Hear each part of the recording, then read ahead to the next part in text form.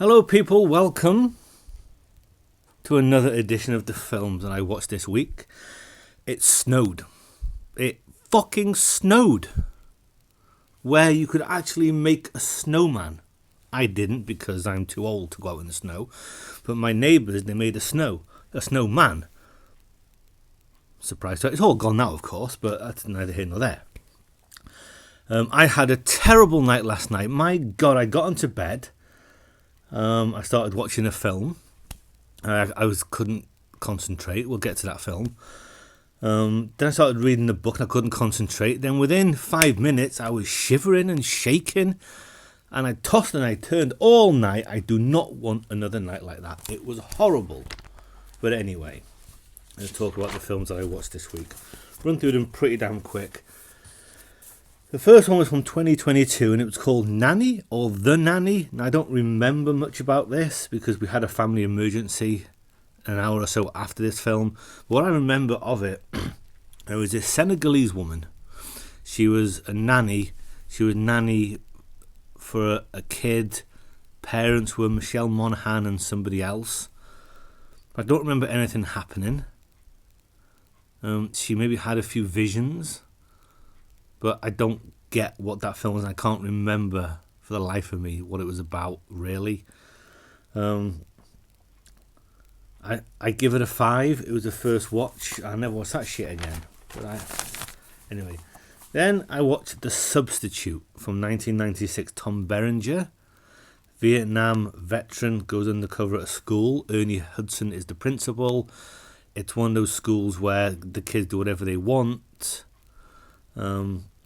There's drugs going on. There's all kinds of stuff going on. Tom Berenger throwing a few roundhouse kicks, but not really very high. But more often than not, he was convincing enough. I give that one a 6. Then I watched The Wizard of Oz. I give it a 10.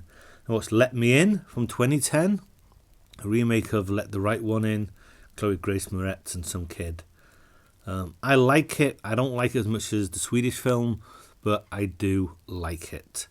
Then I watched Broken Arrow, John Travolta and him, Christian Slater. They're Air Force pilots. He goes bad, steals a couple of nukes. He goes after him. They play cat and mouse with each other. Then they have a punch up at the end. CG hasn't aged too well, but it doesn't matter. It's a 7 out of 10. It's enjoyable. Beloved Enemy, first watch from 1936, set at the time of the Irish War of Independence, and there's a love story going on in this time period. Not a bad film per se. I give it a 6. I didn't mind it. Probably nobody was Irish. They were all probably British or American, as is the way. But it was fine. Then Magnum Force, the second Dirty Harry film. Dirty Harry films, as Bob will agree, they're all great fun. This one has a traffic cop going around killing people. And I love it. I give it an 8 out of 10. 1973. Good stuff. Then, also good stuff, but slightly better stuff. Lethal Weapon 3. Rene Russo's in this. There seemed to be a lot more action in this one than the others. Leo Getz is back in it. It's a riot. 2 hours of fun. They're great. They're great together. Come on, everyone knows it. Give it a 9. 1992. And this is the film that I watched last night. I tried to watch it over the course of like 2.5 days because it's a film I wanted to watch. Edward G. Robinson's in it, and I watched anything with him. Walter Brennan was in it. I like Walter Brennan.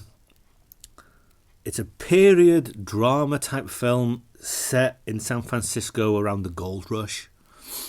And I wanted to watch it when I started watching it, and it wasn't doing much for me, but I wanted to stick with it. So I was on and off watching 10 minutes here, 20 minutes there, 20 minutes here, 20 minutes there. It took me 2.5 days to watch it. Not a bad film, but it did nothing for me. I give it a 4. Again, not a bad film, but nothing for me.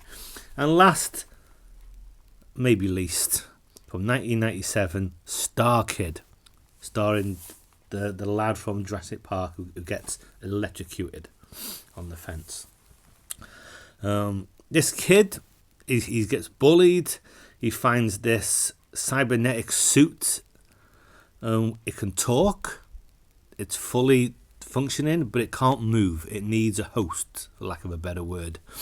So it opens up and the kid walks into it. Then he's controlling him. He talks to it.